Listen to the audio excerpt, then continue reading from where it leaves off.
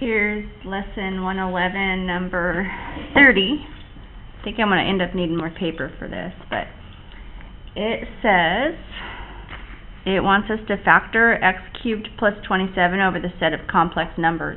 Now, in some of the earlier lessons, it said hint, sum of cubes is, and it gave you the factoring pattern for it.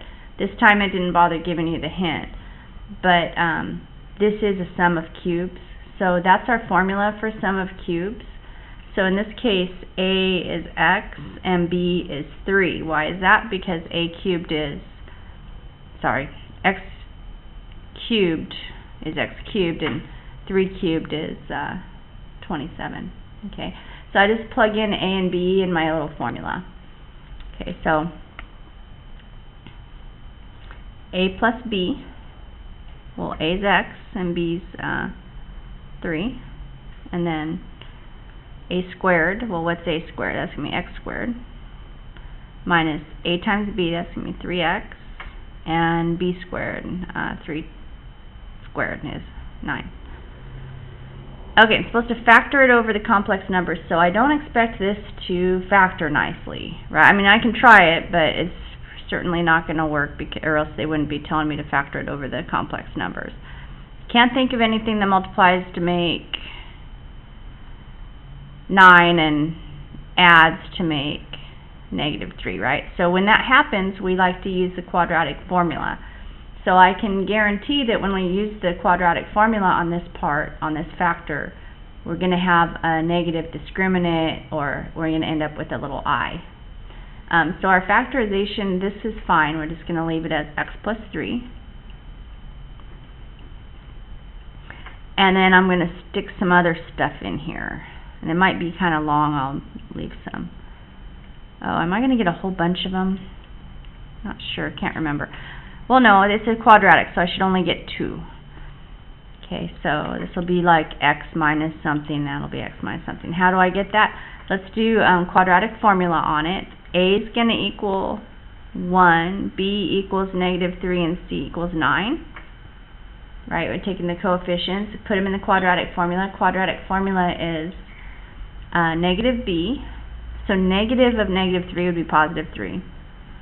Plus or minus square root b squared, so -3 squared, that's 9, minus 4 times a, I'm not going to bother writing the 1 because it doesn't do anything, 4 times a times c, all over 2 times a, well 2 times 1 is just 2, so that's 2. Okay, so 9 times 4 is 36. So what does this end up being? This ends up being 9 minus 36. What is that? 27. 9 minus, it's going to be like -27, right? 9 minus 36. So that's going to end up being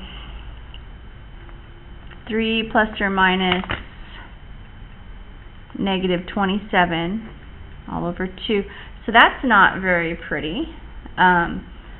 I don't even think I can take a 9 out of there, because 27 is 9 times 3. So if I take a 9 out, it's going to look like this.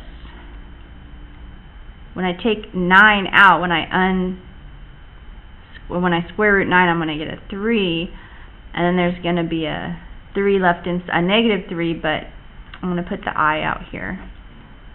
Now these don't cancel out, so that didn't make it look very beautiful, but so these are all going to have to kind of go in here somewhere.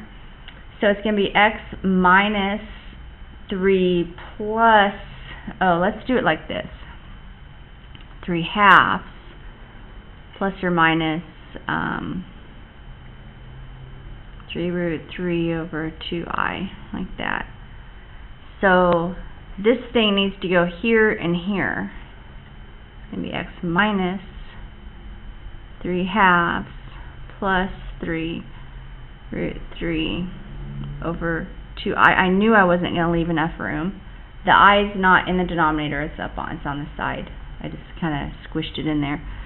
And then x minus 3/2 minus 3 root 3 over 2 times I. Sorry it's so small. Let me check that. Yep, that's it.